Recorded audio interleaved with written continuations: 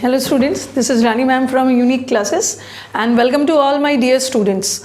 Okay, आज का जो हमारा सेशन है that is of one word substitution. What I want my students कि बीच बीच में तो ग्रामर चल ही रहा है, ग्रामर के साथ साथ we people are doing vocab also.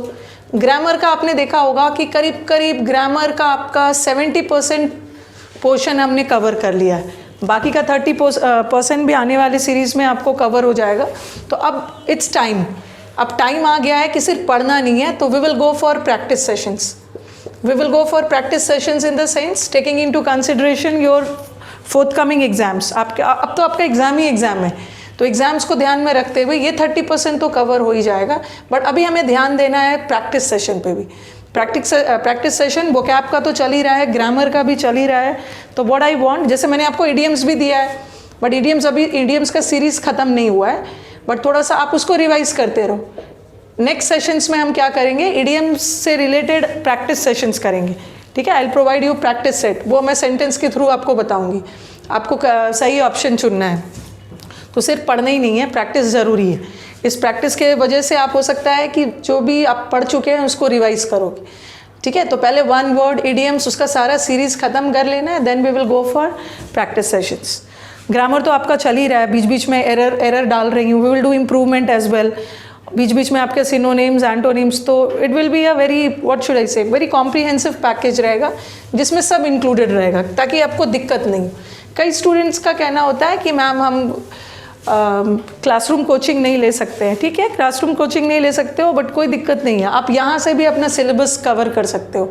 और काफ़ी ने किया भी है, काफ़ी को बहुत मदद भी मिली है. आप देख रहे हो लास्ट 1 ईयर से लगातार आपके पास वीडियोस जा रहे हैं. आई थिंक अभी तो 270-80 चला गया होगा सेशंस, तो आपका तो वो बुक भी तैयार हो जाएगा एक.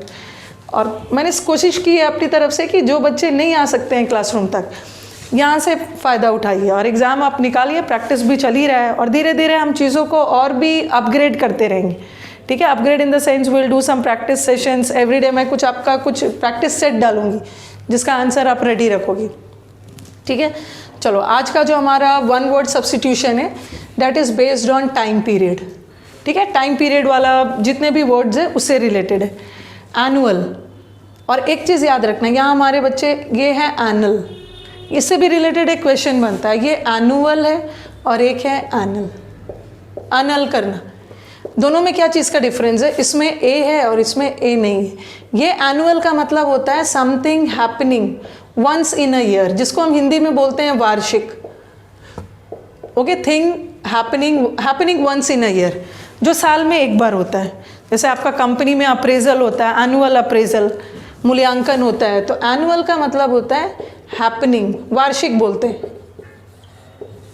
वंस इन अ ईयर, जो साल में एक कोई भी चीज़, कोई भी इवेंट जो साल में एक बार होता है. जैसे आपके स्कूल में एनुअल स्पोर्ट्स होता है, आपके स्कूल में एनुअल डे होता है, तो वो सारा ईयरली के सेंस में. ये तो ए लगा, बट ये एनुअल का मतलब होता है किसी चीज़ को खारिज करना, किसी चीज़ को कैंसिल करना. ठीक है, इसका मीनिंग अलग है. दोनों मैंने आपको शायद कंफ्यूज वर्ड में ये करवाया भी है. किसी चीज़ को कैंसिल करना, किसी चीज़ को रिजेक्ट करना.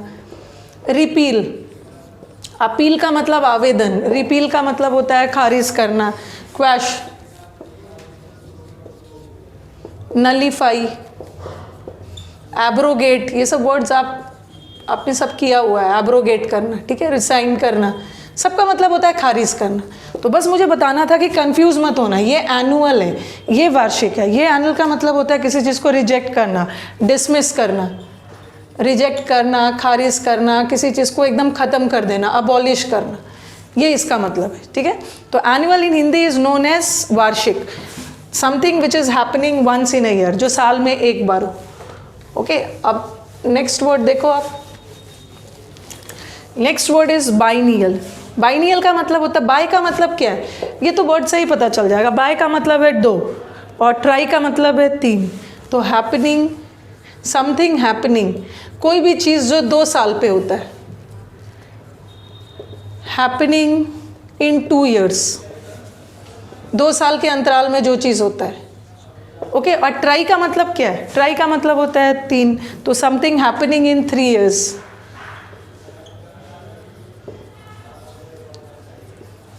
जो 3 साल के अंतराल में होता है. Then you have quad. Quad का मतलब ही होता है, क्वाड का मतलब होता है 4, ठीक है।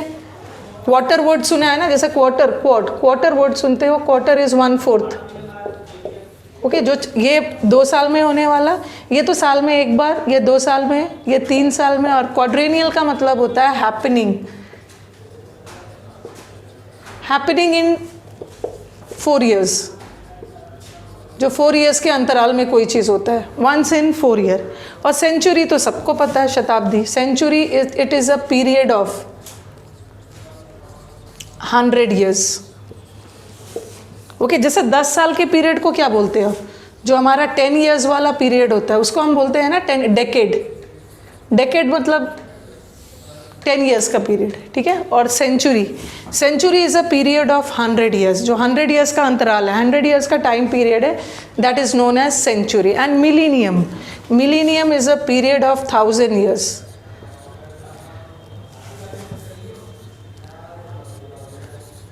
जो 1000 years का पीरियड है दैट इज़ मिलीनियम। तो सेंचुरी तो सबको पता है, क्रिकेट में भी सुनते हो, सेंचुरी लगा दिया, 100 रन बना लिया, तो सेंचुरी, 1 सेंचुरी।